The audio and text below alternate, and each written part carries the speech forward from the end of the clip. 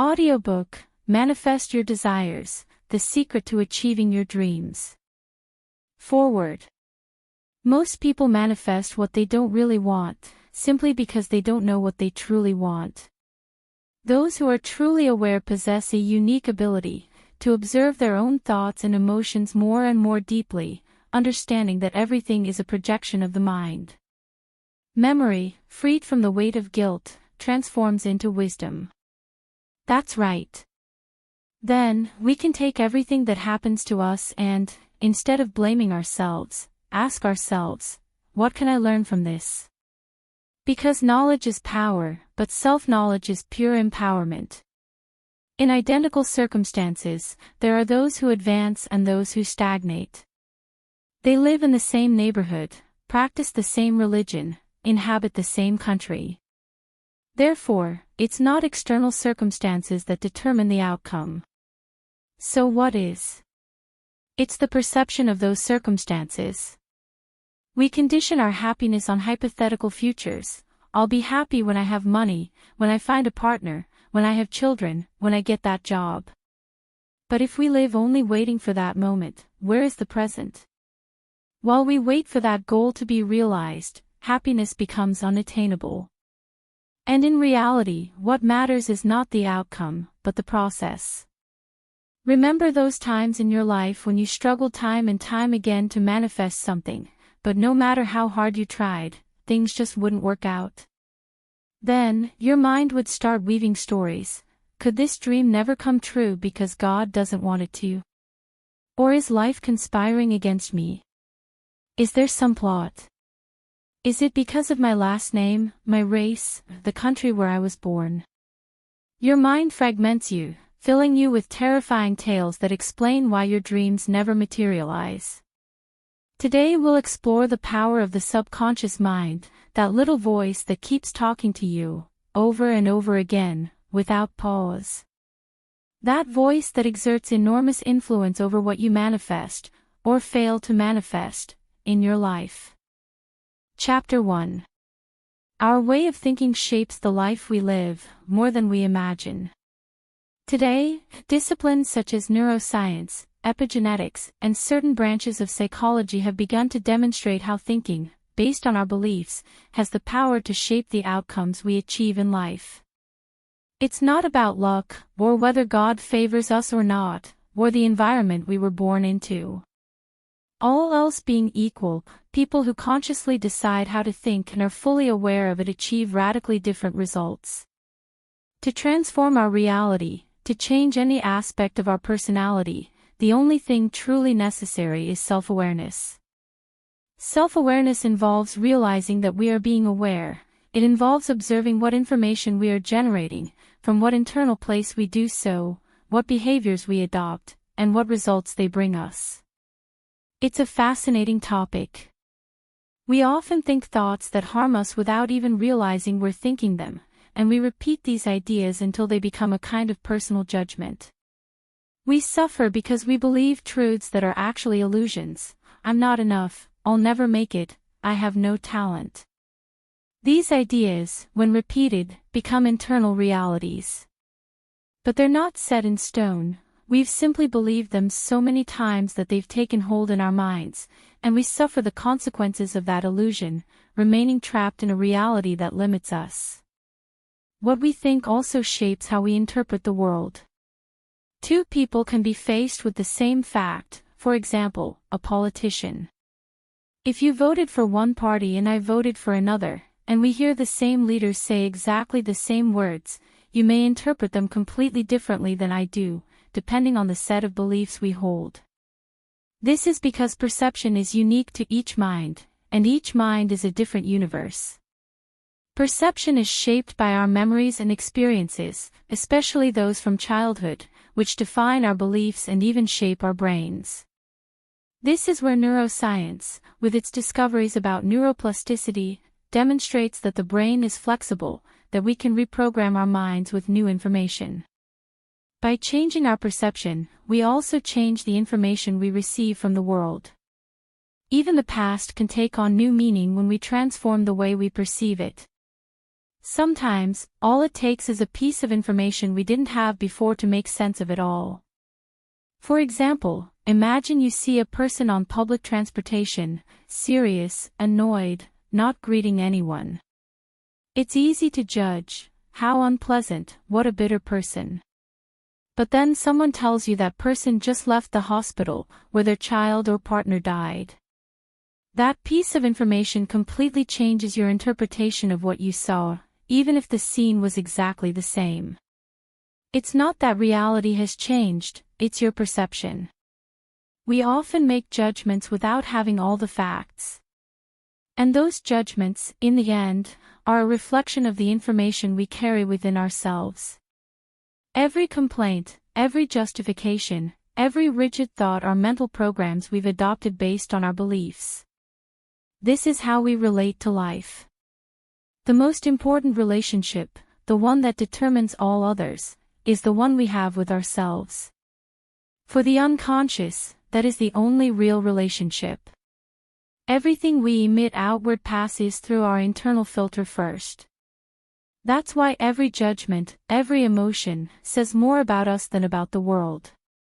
You professionally advise high-level individuals and companies, and you also charge very well for it, so I appreciate you generously sharing this knowledge with us. If we were in a coaching session, I'd like to ask you, what is manifestation really? Is it something magical? Is it a matter of luck? What's the difference between those who manifest what they want and those who don't? Look, the word manifestation is often associated with the esoteric, the mystical. But engineers and/or scientists don't get it. So, that ask the universe for what you want and open yourself to receive abundance thing didn't resonate with me. I confess I asked for the winning lottery numbers, and so far, they haven't arrived. So, just asking the universe didn't make sense to me. To a logical and skeptical mind like mine, all those ideas about manifesting through energy and opening the heart sounded completely out of place. In fact, I used to think, I wish it would work for me, lucky those who can believe in that, but nothing happened.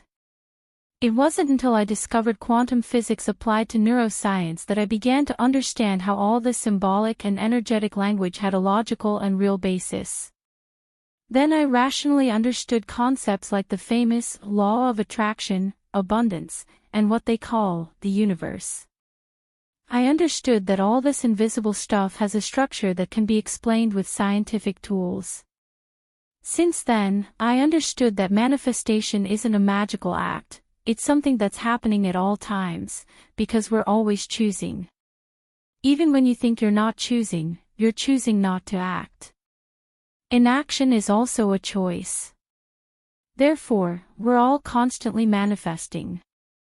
The key is becoming aware of what we choose and from what beliefs we make it. That's where true transformation begins.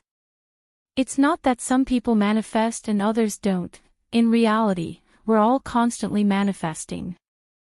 Manifesting is nothing more than transforming an idea, a concept, something from the world of thought or imagination, into a tangible experience, something that materializes in our lives. The point is that, due to the influence of the cultural context that shapes our minds, we often end up manifesting things we don't really want. Have you ever experienced something like this? For example, you're taught that you'll only be happy when you get married.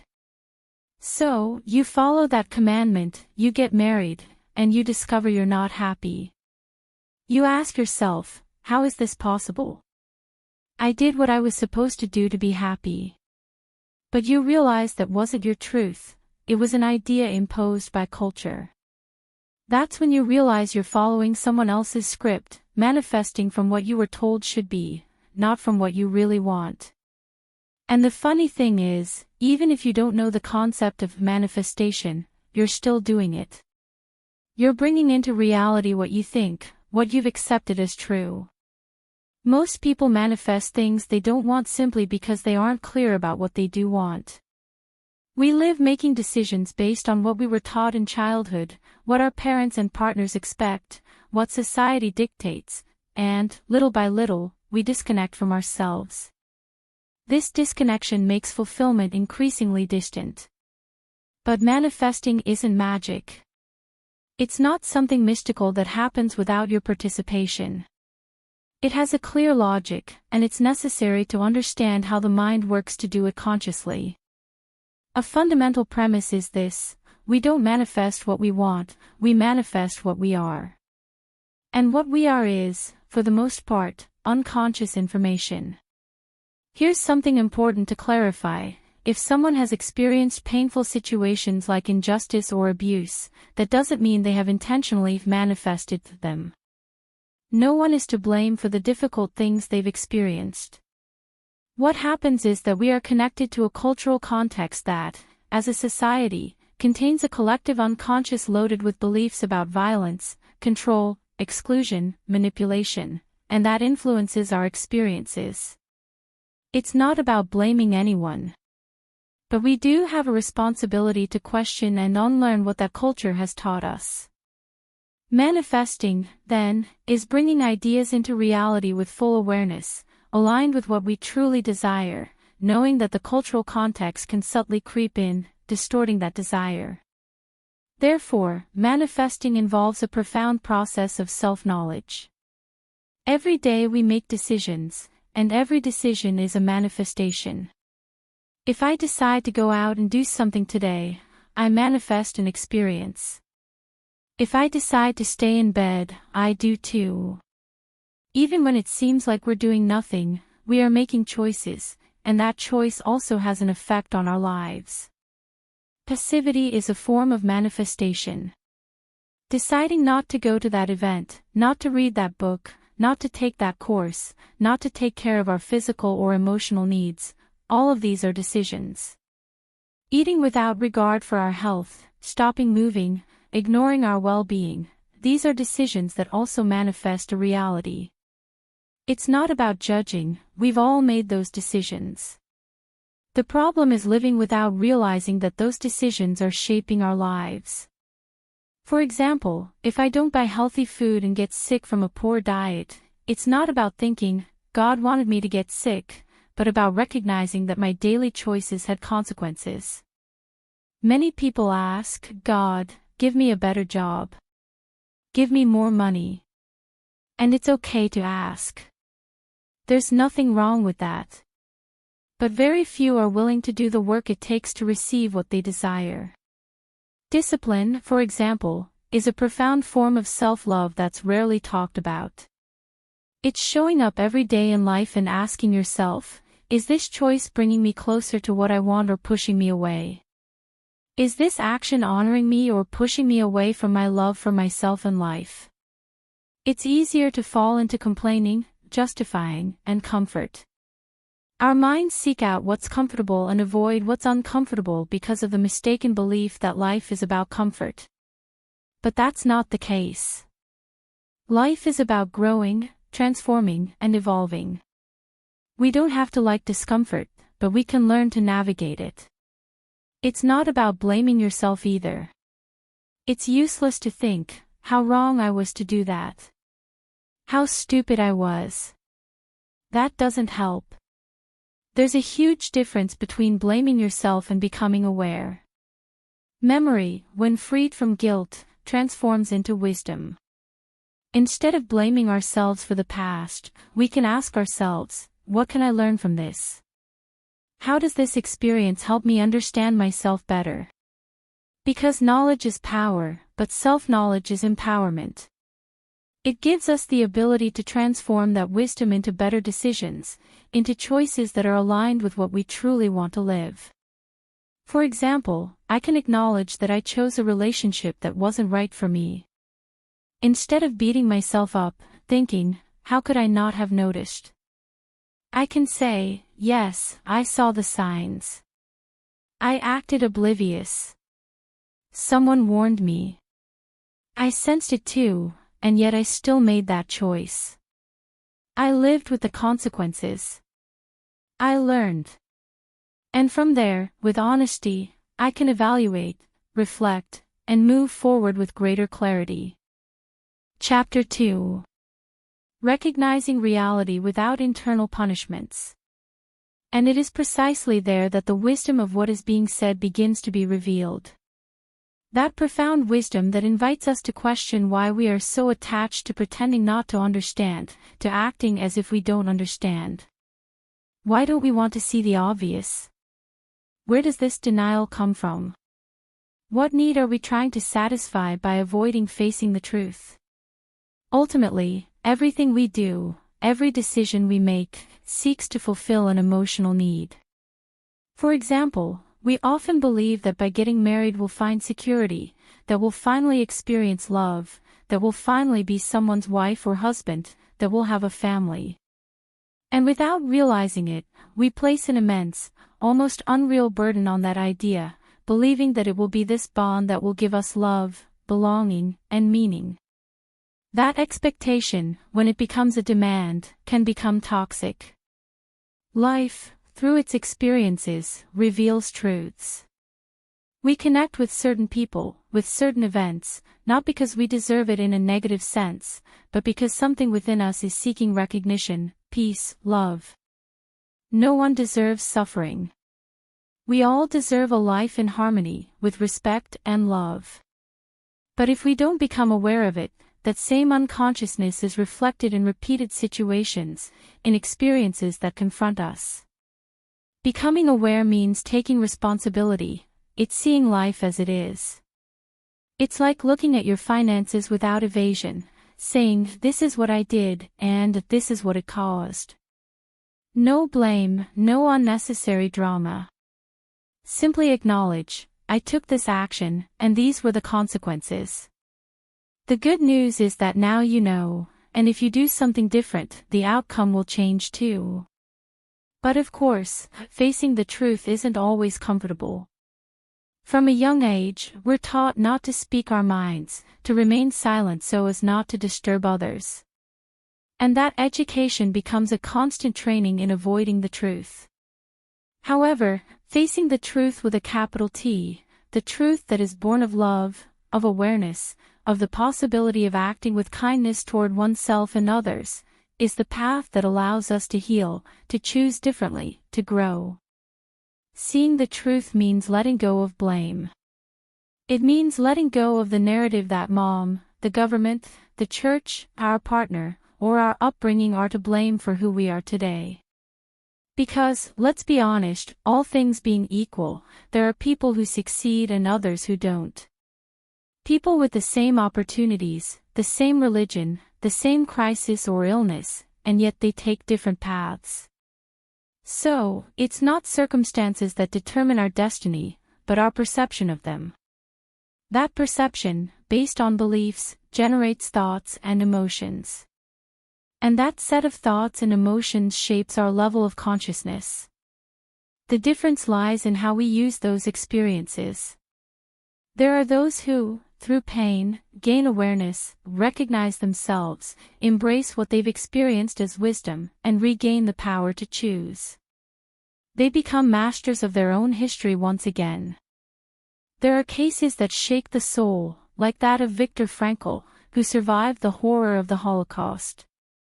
He lost his entire family in atrocious circumstances, yet he still found meaning. It's not about comparing our suffering to his, but rather about understanding that if he was able to find purpose in the midst of that hell, then there is hope for everyone. His story is testimony that it can be done. He wrote the book Man's Search for Meaning while he was going through that living hell.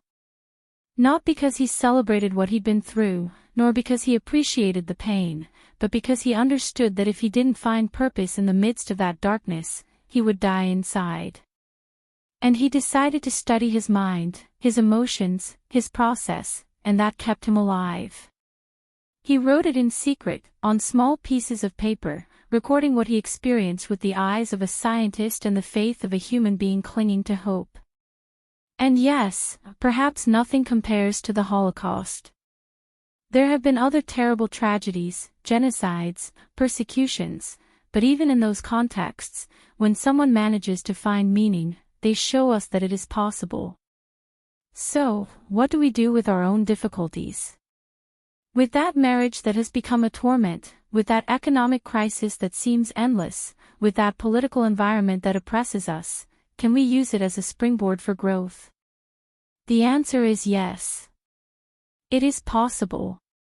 Because that hell, sometimes small but intense, the one we feel so real, is nothing more than the consequence of an unexamined mind. The mind that doesn't question itself is the one that produces suffering. That mind that doesn't observe what it thinks, that takes every thought as an absolute truth, without stopping to investigate whether it really is. If I never give myself space, my mind begins to jump from one thought to another, leaping between memories of the past and fears of the future. I relive what happened to me 20 years ago, which leads me to justify why I am the way I am today, and suddenly I convince myself I have no future. I lock myself in a kind of mental hell from which I don't know how to escape. However, all of this can be examined, questioned. Of course it can. Although doing so implies something deeper, we must give up the small advantages of continuing to be victims of our own thoughts. And that, without a doubt, requires courage. It requires determination. Because by taking full responsibility for oneself, there's no more room for excuses. I can no longer justify my actions with old patterns. And that's when uncertainty sets in. The mind, accustomed to having everything under control, doesn't know what to hold on to, and that's uncomfortable. But despite that discomfort, one can say, I'm going to do it, even if I don't like it. I'll find a way. And that's where the transformation begins. Before continuing, it's worth pausing and reflecting. What is the secret of people who live happy lives, who seem to attract abundance to all areas of their lives? The key lies in our inner dialogue.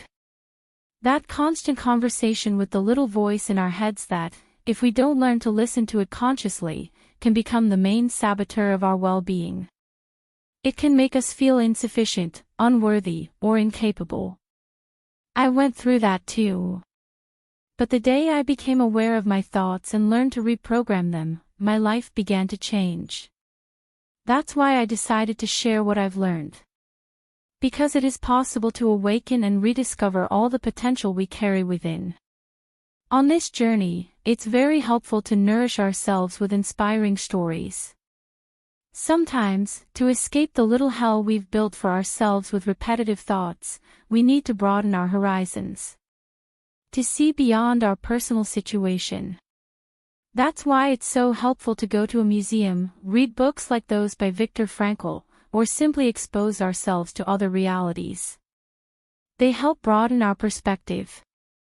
And when one is confronted with the testimonies of people who, in unthinkable circumstances, managed to find meaning and hope, one wonders, and me? What couldn't I do with my life?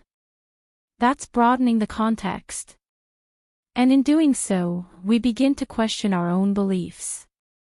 Because, let's be honest, we rarely sit down on purpose to observe our thoughts. Rarely do we say, this afternoon I'm going to sit down and analyze my mind. It's not common. That's why sometimes we need a little push, a trigger, a sign. But many of us wait for a crisis to hit, a difficult breakup, a serious conflict at work, or an illness. We wait for pain to begin reflecting, when in reality we can also do so from inspiration. And although it may sound strange or unconventional, yes, one can sit with the conscious decision to observe and question what one thinks. And it's liberating. Because when you achieve this, you realize you can free yourself from any painful story your mind is repeating. Even those that have hurt the deepest. That's meditation. That's practicing presence, sitting to reflect, to journal, to listen to the silence. And yes, that's not usually on our daily agenda. We live so busy lives. I have to do the laundry, feed the dog, make the bed, leave for work, make calls. We live trapped in an endless to-do list. So, unless you already have a regular practice, it's rare for anyone to set aside time in their calendar to observe their thoughts. And by not doing so, we are sacrificing our awareness. I have for a long time. And I've gone through some very intense internal storms. Some of the toughest hells have been inside my head. But I've found a way out through observation and questioning. And sometimes, it can even be fun. For example, why not read a book with someone? Let's read this book by Viktor Frankl.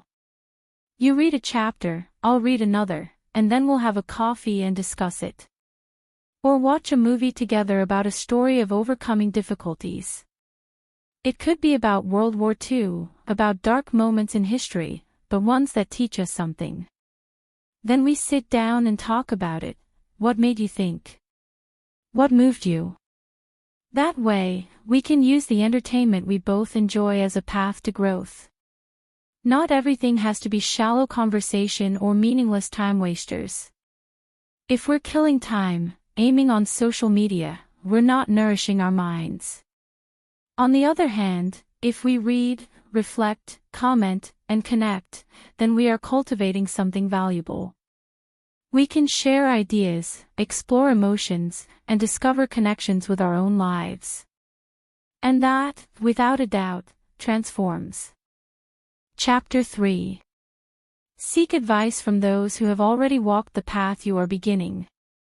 When you face a problem, one of the wisest decisions you can make is to reach out to those who have already overcome it. These people, having changed their way of thinking and transformed their beliefs, possess valuable perspectives.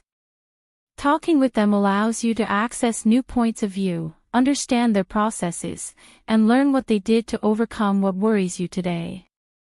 Their experience can open up paths you may not have considered. Setting goals, if done with genuine intention, can act as a powerful catalyst for transformation.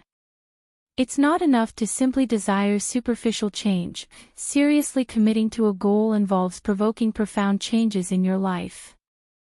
These changes, in turn, awaken limiting thoughts that may have been there for years, hidden, unexamined.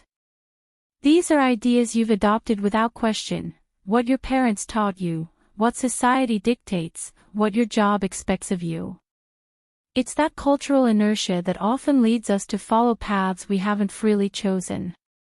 We're encouraged to do whatever it takes to go to college, even going into debt if necessary. Then, we're expected to choose a safe career, one that guarantees an income even if we're not passionate about it. After that, we seek out the best job possible and begin climbing the career ladder, often just to pay off debt or maintain a prescribed lifestyle. Thus, our goals end up being borrowed decisions, shaped by other people's expectations, not by our true desires. We mistakenly believe that happiness will come with more money, material possessions, and status. The mind projects these ideas: when I have this, then I'll be happy. And so we begin to pursue things in the hope that they will give us balance or validation. We seek external approval, struggle with the idea of not being enough, and become obsessed with doing everything perfectly. Without realizing it, we sacrifice our inner peace, suffocating our true balance in pursuit of goals that don't even make sense to us. The price of living like this is high. Constantly giving up peace to achieve something indicates that you're on the wrong path. The goals that are truly worthwhile are those that come from the heart, not those imposed by others or those that seem convenient from the outside. Earning money can be beautiful, but even more beautiful is earning it doing what you love, or better yet, living without depending so much on it to feel fulfilled. It's probably happened to you. You know someone who has everything materially, yet lives in constant dissatisfaction. They judge, complain, justify themselves. And then you see someone who, despite having very little, lives with genuine joy. They don't need more to be happy. So why do we condition our happiness on the future? On having the ideal partner, starting a family, landing their dream job. As if only by achieving these goals are we worthy of feeling at peace. When we live like this, the present becomes a sterile place for happiness. The mind dictates, you can't be happy until you achieve this, and then the path toward that goal becomes filled with frustration. We become unhappy beings in the name of a future ideal. But what's truly important isn't the outcome, but the process. Because it's in that journey that the potential for awakening, for discovering what we truly want, lies. As you get to know yourself better, your goals may transform. You may discover that you no longer want to live where you thought you would, or that your goal isn't to buy a house but to move to another country. And that's okay. It's along the way that the keys appear that reconnect you with your essence, with your authenticity. That which doesn't respond to cultural patterns or prefabricated molds of success. Of course, there are people for whom this traditional lifestyle works. But there are also many for whom it doesn't, and that's also true. The important thing is to go through the process with awareness. Often, it's a crisis that forces us to wake up and see how much we've paid for not living mindfully. That we understand why we've conditioned our happiness and how we can free ourselves from it. The process of getting from where you are to where you want to be isn't simply a displacement, it's a profound journey toward growth. A true goal isn't something you already do or possess, but something that challenges you, that calls to you from a distance. It's something that shines for you, that inspires you. And if it represents a challenge, then it also represents an opportunity to evolve. For someone who runs marathons all the time, setting a goal of running another marathon isn't a real challenge. But when you set a goal for yourself that you haven't yet achieved, that's where the transformation begins. That process can be sacred, a deeply spiritual experience. Because that's where you come face to face with your limiting thoughts, with those beliefs that have held you back.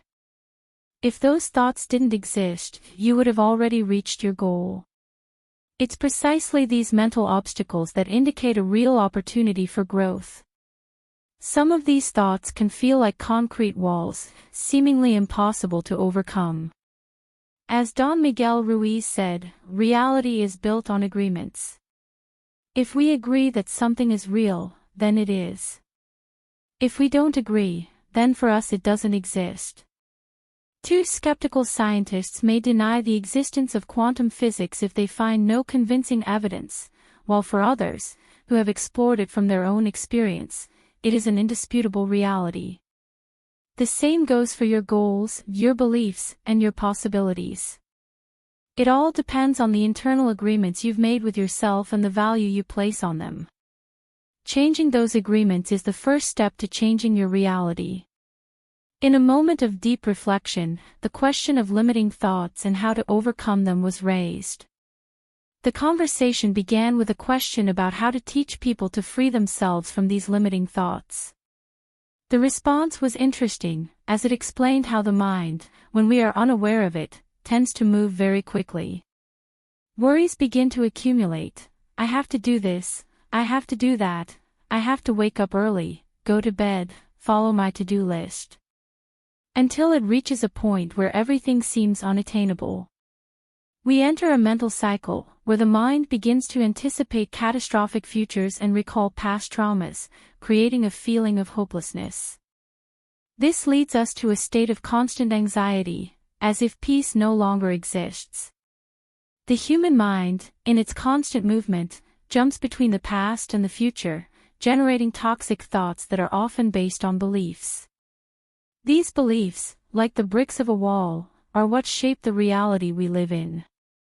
Thoughts, like puzzle pieces, come and go uncontrollably. It's important to understand that these thoughts aren't something we can directly choose, as they arise based on what we believe. If we compare thoughts to fish in the sea, we realize that our minds are vast and full of them. Imagine being told that you must ensure that not a single fish passes through an 8-kilometer stretch of sea. That would be impossible, right? The same goes for thoughts. Thousands of thoughts cross our minds every day, most of them coming from the unconscious, without us having any control over them. Between 50,000 and 70,000 thoughts pass through us every day, and more than 90% of them are unconscious and repetitive. These thoughts, which carry inherited beliefs, like those of our grandparents, are repeated over and over again, creating negative and destructive patterns. Furthermore, most of these thoughts are negative, catastrophic, and focus on past tragedies, as if we were always anticipating the worst possible future. Since the mind creates our reality from beliefs, thoughts, and emotions, any misalignment in these elements generates more disorder. Thus, what we perceive as problems outside of ourselves are merely reflections of what's happening in our minds. Perception, that mix of beliefs, thoughts, emotions, and behaviors, is what creates the problems we face. If our minds are filled with chaos and disordered thoughts, it's natural that we manifest more of that disorder in our lives. One way to deal with this is through mindfulness. This practice helps us focus on the present moment, without judgment or criticism. It teaches us to observe those thoughts, to notice when a thought, crosses our mind, and, instead of clinging to it, to let it go and return to the peace of the present. The key is not to identify with the thought that just passed, but to simply let it be, without trying to change it or fight it. Suffering arises precisely from that struggle against what is. When a thought arrives, for example, anger, sadness, or anxiety, it is because we have focused our attention on that thought, without realizing that it is simply passing. The process of letting go of these limiting thoughts, of letting the fish go, is achieved by questioning them. Often, we identify so much with them that we don't realize they're unfounded. The practice consists of questioning the validity of these thoughts. Is it really true that all politicians only want power? Is this absolutely true? By writing these thoughts down, we can observe them from a more objective perspective and begin to investigate their veracity. This applies not only to thoughts about politicians, but to any negative or limiting thought that arises in our minds. Investigating them allows us to let go of those beliefs that, when questioned, lose strength, and we stop giving power to negative thoughts. Thus, through this process, we can begin to transform our minds, aligning our beliefs, thoughts, emotions, and behaviors toward a more balanced life free of limitations. Chapter 4. What do you want? I know some people who truly desire genuine well-being. But what happens when I assume unproven thoughts are true? For example, I might think my partner is cheating on me, and then I start to suffer over something that hasn't even happened, imagining an apocalyptic future that isn't yet real. How many of us haven't cried because we thought a loved one had passed away, and suffered over something that wasn't even true? Then, at that moment, I wonder if we're really holding on to the truth. And when I hold on to the truth, it's necessary to dig deeper, to ask ourselves what emotions come to us. For example, if I believe most politicians only want power, what emotions arise? It might be anger, frustration, disappointment, sadness, or despair. And it's as if we can't climb out of a hole we'll never escape. That kind of thinking, we'll never get out of this hole, is actually projected into the past, present, and future, without having even happened yet. My mind has already jumped into the future and assumed that all is lost, that the country no longer has a way out. And although my mind firmly believes that to be true, it actually isn't. The future is something uncertain, something no one can guarantee, even though my mind believes it to be with absolute certainty. The problem isn't in the future, but in the mind that clung to that idea, losing the present moment. If I focus only on trying to guarantee or predict the future, I miss out on living in the present, the only moment I can truly experience. By living trapped in thoughts of catastrophic futures, like thinking the world has already ended, all I'm doing is harming myself. Because I'm no longer living in the present, I'm trapped in a mental projection, suffering over something that isn't real. So how do we react to these thoughts? In many cases, we get angry, argue, worry, or even lose sleep. All of this because of a thought we can't prove. We suffer from delusion. We believe what we imagine is true, as if the apocalypse is coming, when in reality it isn't happening right now. My mind, even though it believes what it imagines is true, can't guarantee that it is. Now, if we stop to observe this, we'll understand that everything the mind imagines, whether pleasant or unpleasant, has the same impact on us. Let's imagine a simple exercise. If we close our eyes and inhale deeply, and then bring to mind the smell of something we like lemon, we'll be able to smell it in our mouths, even if it's not actually there. The same thing happens when we imagine the sound of popcorn in the microwave, or the crunch of potato chips. It's as if our mind can't distinguish between what is real and what is imaginary. Everything produces a physical reaction, because the mind responds equally to what is imagined and what is real. This happens even with a simple thought about a lemon or potatoes. If this happens with something so simple, what might happen if we let our mind focus on catastrophic futures? The mind doesn't distinguish between what is real and what is imagined, and that's why we are so affected by thoughts about the future, even when there's no truth to them. This is the power of the mind. It can make the imaginary feel so real that it leads us to live as if it were already happening. The apocalyptic future is an unpleasant prospect that many avoid with the thought, it won't happen to us. It won't happen by saying the world is over, or by repeating that everything is lost, as if it had already collapsed irretrievably. Nor will it happen by constantly rehashing past tragedies, like the ones we experienced 2 decades ago. This is how the mind traps us in small imaginary hells, situations that aren't even happening. And when we dwell in those spaces of anguish, from that dark place, how could we manifest the life that would make us happy, the one we so long for? It's definitely not possible. Because your attention determines your energy, and your energy is your capacity to create. It's not something mystical. Energy, according to the dictionary, is the ability to generate movement, transformation, or, in other words, creation. Where you place your attention, you place your energy, and your energy is your power to shape your reality. If your attention is conditioned by limiting beliefs, past stories, negative narratives, or toxic thoughts, then that's what you'll be creating.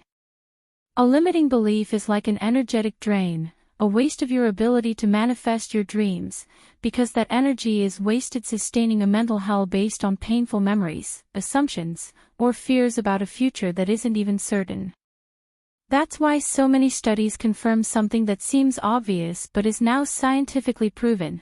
People obsessed with apocalyptic theories, conspiracies, or imminent catastrophes find it difficult to achieve successful ventures, financial stability, a fulfilling life, satisfying relationships, or, most importantly, inner peace. These thoughts rob serenity not only of those who anticipate the end of the world, but also of those trapped in other limiting ideas.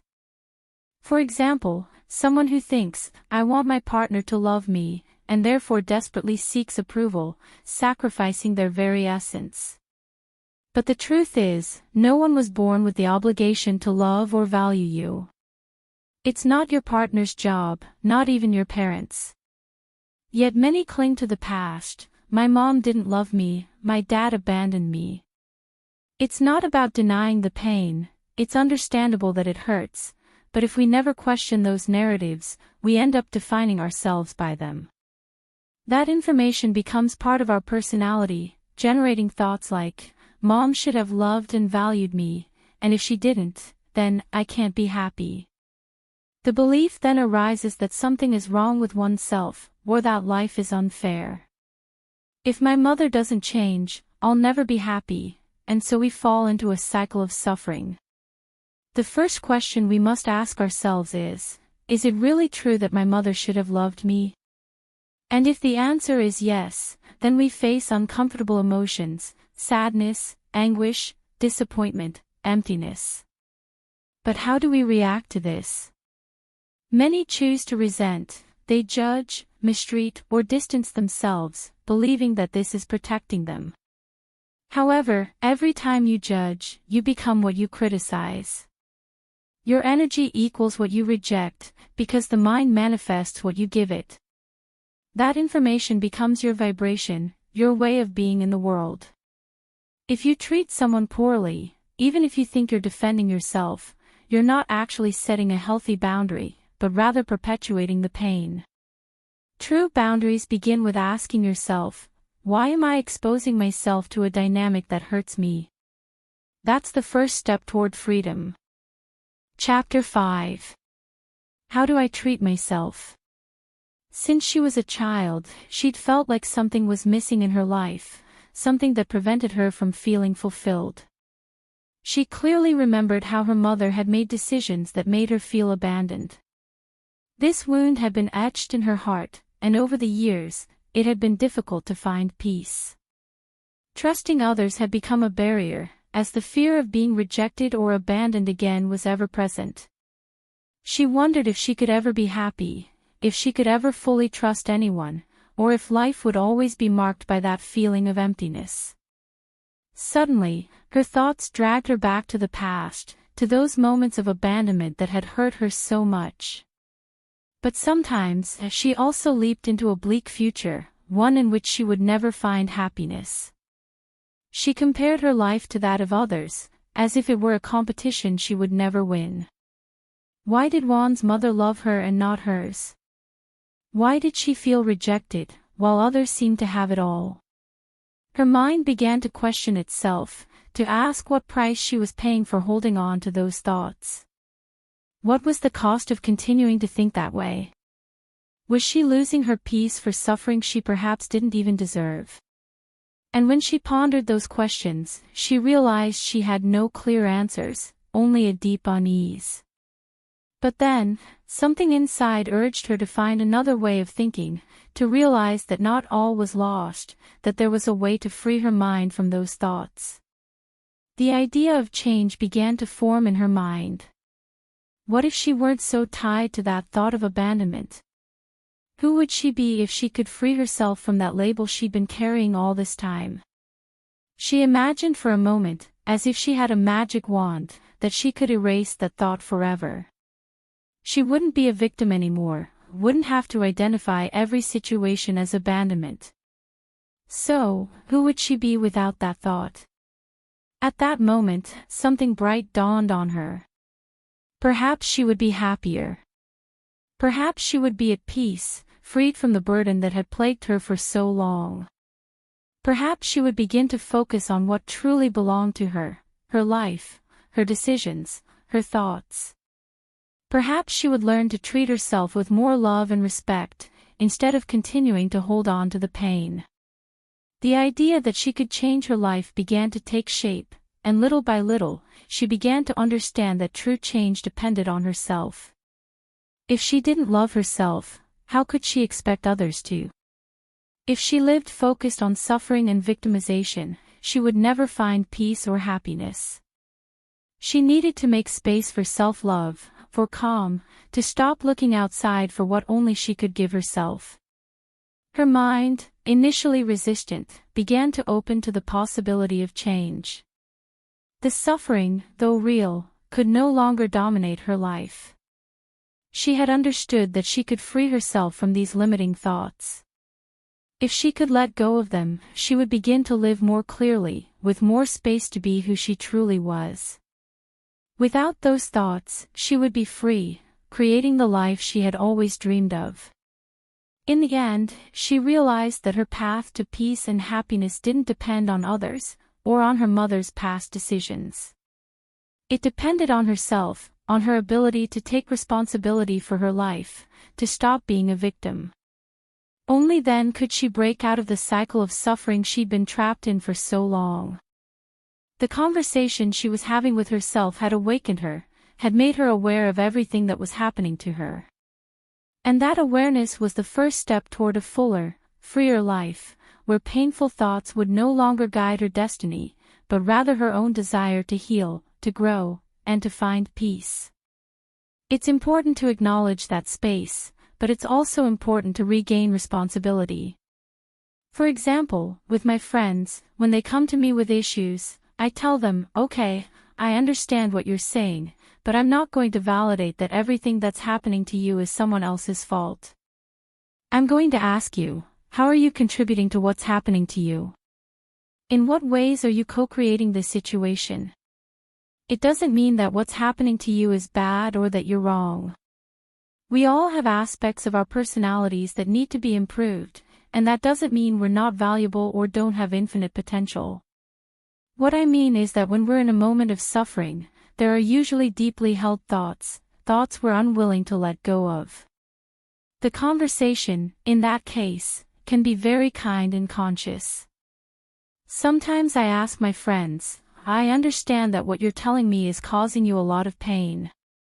I can see that it's affecting you deeply, but are you completely sure of what you're saying? Do you have clear evidence of what you feel? Buddhist practice teaches us that one of the fundamental steps is to be accompanied by a community, that's Sangha.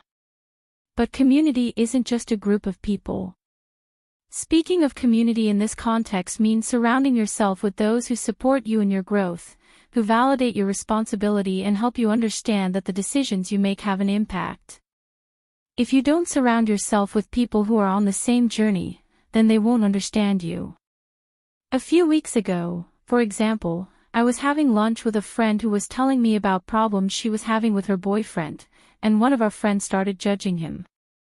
Upon hearing this, I knew the conversation wasn't going in the right direction, it wasn't constructive or conscious. The person sharing her experience is also a personal development teacher, and I knew I wouldn't tolerate that attitude.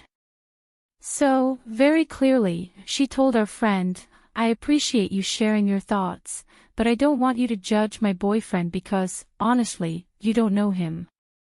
I'm going to sit down with him later, and if you keep making those comments, I'm not going to feel comfortable. He did it in such a responsible way that it stopped the conversation in its tracks.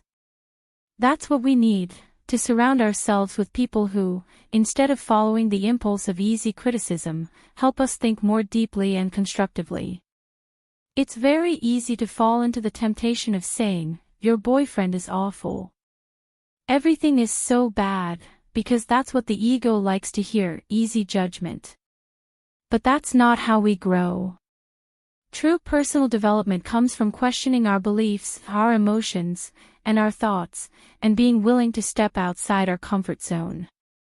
The community you mention is key, as it helps us understand the causes and consequences of our actions. If we keep this principle in mind, we move forward with greater awareness, and in that progress we find liberation. Life isn't just about being happy all the time, life is about moving forward, and in that progress lies true liberation. When you free yourself from the prisons of the mind, you achieve true peace. To achieve that progress, it's necessary to face some discomfort. Personal development requires just that, discomfort, stepping outside of what we know, questioning it. As you mentioned, it may be uncomfortable at first, and at that moment, one might be tempted to reject that discomfort. But instead of running away, one must say, okay, even if it makes me uncomfortable, I'm not going to reject it. The problem lies in the fact that we have a limiting belief that tells us we must reject everything uncomfortable. Every time we feel an emotion that makes us uncomfortable, our impulse is to repress it, ignore it, run away from it. However, what we really need is to learn how to manage it and grow through it. Chapter 6. Emotional consequences of negativity. The frequency of negative emotions doesn't lower our vibration, it's emotional repression that keeps us stuck, those famous energy blocks. Of course, that smile no matter what thing is when you're no longer present with yourself. Because if I don't feel like smiling, I don't smile. We must honor sadness, there's nothing wrong with that. The problem is that we run away from the uncomfortable and take refuge in the comfortable, but growth isn't found in comfort, but in discomfort. It's like going to the gym, if you want biceps, you have to do the exercise that hurts. If you don't do it because it bothers you, then how are you going to build the muscle that protects your bones? Spiritual development is uncomfortable, personal growth is uncomfortable, financial progress is uncomfortable. You have to step out of your comfort zone. Most of us might be comfortable in Los Angeles, tanning in Santa Monica, or lying in bed, but we're here because, in some way, we value personal development. Even if it's not the most pleasurable thing to do, we're willing to listen because we've already understood the cost of not doing it and the benefit we get when we do. The highest price we pay for not living consciously is a life of self-infidelity. We keep repeating narratives in which we are the good guys and the world is the bad guy, where we are always being hurt. But a life of self-deception is an empty life, and when the mind is empty, it only generates more of the same, empty relationships, an unfulfilling job, a bank account without abundance. All that emptiness is a reflection of the inner world. On the other hand, the benefit of living in consciousness is plenitude, love, abundance. But abundance doesn't mean everything happening exactly the way you want it, nor gold bars like Scrooge McDuck. Abundance is an awareness that perceives that what you have is sufficient for your evolution. You don't have to like it, but you can accept it as part of your path. If you think, I need more money, you become lacking. And energy, which is measured in waves, can only resonate with its equal. If I vibrate in lack, I will attract more lack. If I vibrate in abundance, I will connect with it. Energy doesn't stay within the body, it goes out to resonate with similar frequencies, building or destroying. The ability to create, or manifest, is linked to the law of attraction, which is nothing more than the call of what you already are. You don't manifest what you want, you manifest what you are. Therefore, if you desire something, you must make it your essence. It's not about repeating, I'm a millionaire, like an empty mantra, but about vibrating in that reality. True transformation begins when you align your frequency with what you yearn to be. Sometimes, we don't achieve what we want because we don't understand that it's not simply an empty wish, but a process of internal transformation. To achieve what we desire, it's necessary to destroy or transform the limiting beliefs that hold us back, or even dissolve the barriers that prevent us from moving forward. These beliefs act as energy leaks, draining our vitality. It's important that, in addition to repeating affirmations, you do deep conscious work to make change possible. This work has a much greater impact when you direct it toward the beliefs that shape your reality. Everything originates from beliefs, which is why it's essential to reprogram them, examine your thoughts, and apply techniques that allow you to transform these mental patterns. This way, you'll close those energy leaks and your life force will be available to sustain the frequency you want. It's a matter of choosing to be consistent with what you truly desire and need to grow. The universe responds to the information we send it, which is not only our consciousness, but also that unconscious part that is seeking change, evolution, and progress. This search manifests itself through the experiences we live, such as the types of relationships or situations we attract. If I want to transform my life, I must begin with my inner transformation. When I love and honor myself, I will surround myself with people who also value themselves and, in turn, will value others. When it comes to success or abundance, you have to be consistent with what you desire. It's not enough to repeat statements like, I'm a millionaire, because a millionaire isn't defined by saying those words, but by their actions. Read about finance, learn about real estate, know economic trends, understand the context of currencies and interest rates. Being informed and educated is what really makes the difference. While affirmations are a valuable tool, what truly matters is ongoing education and a deep understanding of what we seek. For example, when it comes to money, many people are unaware of the limiting beliefs they hold related to it. It's crucial to identify these beliefs, as they keep us in a state of scarcity or limitation. Until we uncover and transform them, progress will be slow. The work of reprogramming our minds isn't limited to visualization, it also involves a profound change in our beliefs and the actions we take. Sometimes, the problem with the law of attraction is that many people focus only on visualization, but don't do what's necessary in the physical world to achieve what they desire. Take the example of Tiger Woods. He visualized his game before each round, planning every shot, but he also dedicated himself to physical practice, exercise, and the discipline that would allow him to achieve his goals. Visualization alone isn't enough without action. The same thing happens when we talk about money. If we say we want money, but then act in contradictory ways, such as compulsive shopping, we are showing that we don't really desire abundance, but rather momentary satisfaction. To be successful in any area, we must be consistent with our thoughts and actions. If we truly want to achieve something, we need to uncover the limiting beliefs that block us and dismantle them. This process requires a great deal of awareness and presence in each of our thoughts. Thoughts are reflections of our beliefs, and by observing them, we can identify clues that will help us undo the beliefs that limit us. And finally, this doesn't mean shirking the responsibility of others, like the government. Everyone has their role and responsibilities, but true change begins within ourselves. Chapter 7. Energy Exhaust. If you live thinking the government is going to fix your life, that's never going to happen.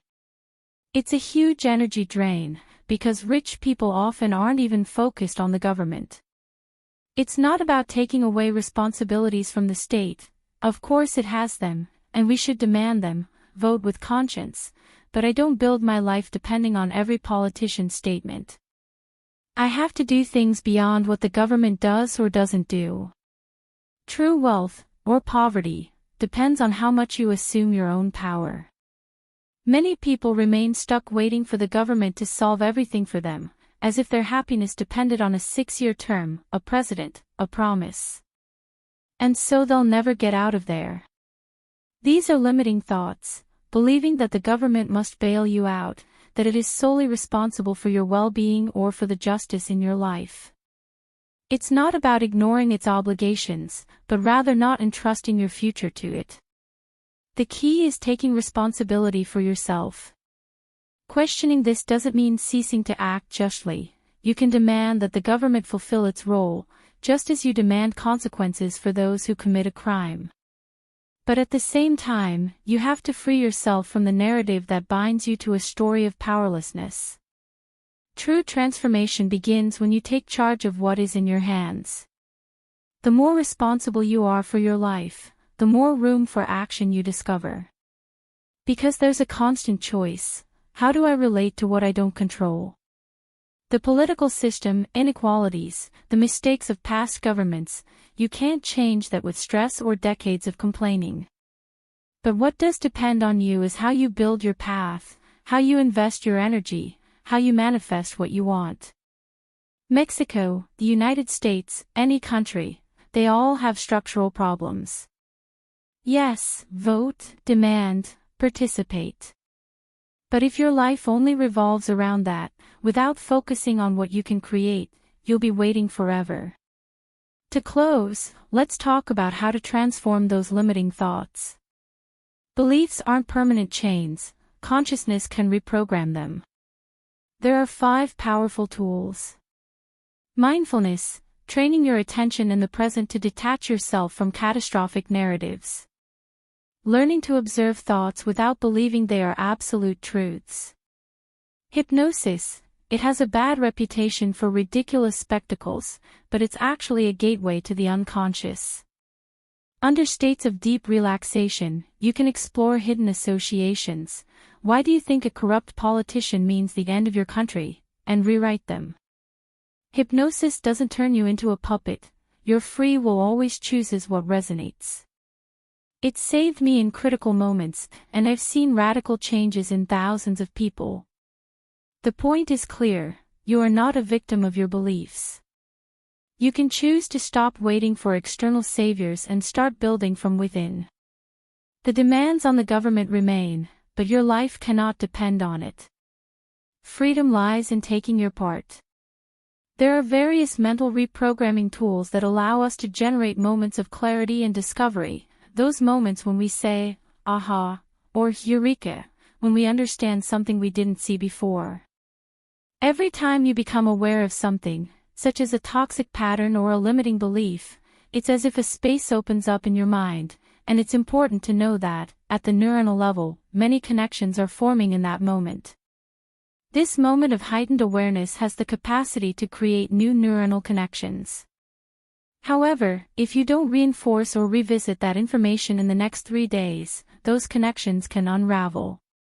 That's why it's essential to be in a state of continuous reflection, surrounded by a community that helps us reinforce what we've learned. The tools for this are varied. Traditional psychotherapy, for example, works with moments of pain to help you change the narrative and produce that awe of revelation. In addition, there are many coaching techniques, such as Byron Katie's The Work, which is recognized for its effectiveness. Numerous studies support that this technique has a significant impact on the prefrontal cortex, and its simplicity makes it a gem.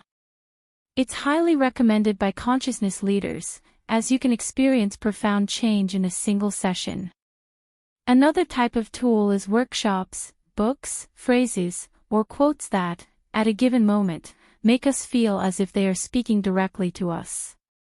These are the tools that allow us to shift our conscious awareness and open up new possibilities. They are resources that hone our ability to observe the conscious and unconscious, from the most superficial aspects to the deepest. All of this is part of what is considered higher consciousness, and can be activated through personal development workshops or any material that propels your mind to a higher state of awareness. There's no limit to these tools. In fact, many people delve deeply into the world of self-help, and those tools never run out. From practices like tapping, which releases tension, to heat therapies like saunas or ice baths, all are valuable tools. There are also embodiment practices, which refer to embodying presence and awareness in the body. Techniques like acupuncture, physical therapy, and conscious breathing are crucial for releasing tension and balancing emotions. With proper breathing, we can move through difficult emotions quickly, without needing to repress them. Additionally, there are advanced neuroscience technologies, such as holographic reparenting or biofeedback, which are expensive treatments used in more complex cases, such as anxiety disorders or depression. However, it's not necessary to resort to these expensive options, as the first tools mentioned are accessible to everyone and can be very effective. Daily meditation, even for 5 minutes, can be enough to get started. There are also resources such as hypnosis, which, while it may require a specialist, is available to many people through foundations that offer free sessions for those who need it. Hypnosis is not a mysterious or magical process, but rather a tool for deep introspection and mental reprogramming. In hypnosis sessions, the conscious and unconscious minds align, allowing direct access to the deepest thoughts and emotions. Relaxation is another fundamental technique in this process. It's important not to sacrifice rest, as sleep is one of the greatest resources we have. In my case, one of my favorite techniques is Yoga Nidra, a deep relaxation practice that, in just 15 minutes, is equivalent to 2 hours of restful sleep. Through these tools, we can strengthen our power of choice, become aware of our thoughts, and direct them toward what we truly want to experience in our lives. This path also includes practices such as lucid dreaming, in which, by being conscious while dreaming, we can direct our dreams and use that space to learn, heal, or simply explore our inner world. This is a fascinating field that is still being studied and is part of an ancient tradition that has been part of cultures such as Hinduism and Buddhism.